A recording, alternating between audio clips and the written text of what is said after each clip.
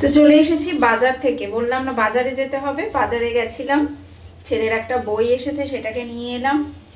বাকি ছিল, এখনো আর একটা বই বাকি আছে।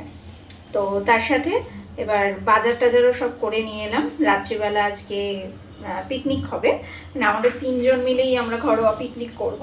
তো তার জন্য মাংস নিয়ে গেছিলাম তো মাটন আনবো বলে, কিন্তু মাটন এত ভিড় আর ঠিকঠাক মনের মতো মাটনের মানে আমরা যে দিকগুলো পছন্দ করি সেরকম পাইনি বলে নিয়ে এসছি দেশি মুরগি। এই যে দেশি মুরগি এনেছি।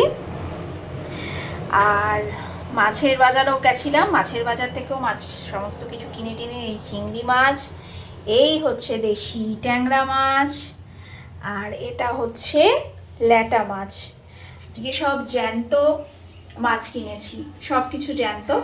আর যে চিংড়িটাও খুব ফ্রেশ ছিল, তাই চিংড়িটাও নিয়ে নিয়েছি, আর তার সাথে দেশি মুরগি। তো এই সব বাজার টাজার করে এনেছি। এখন রান্না করব ল্যাটা মাছ।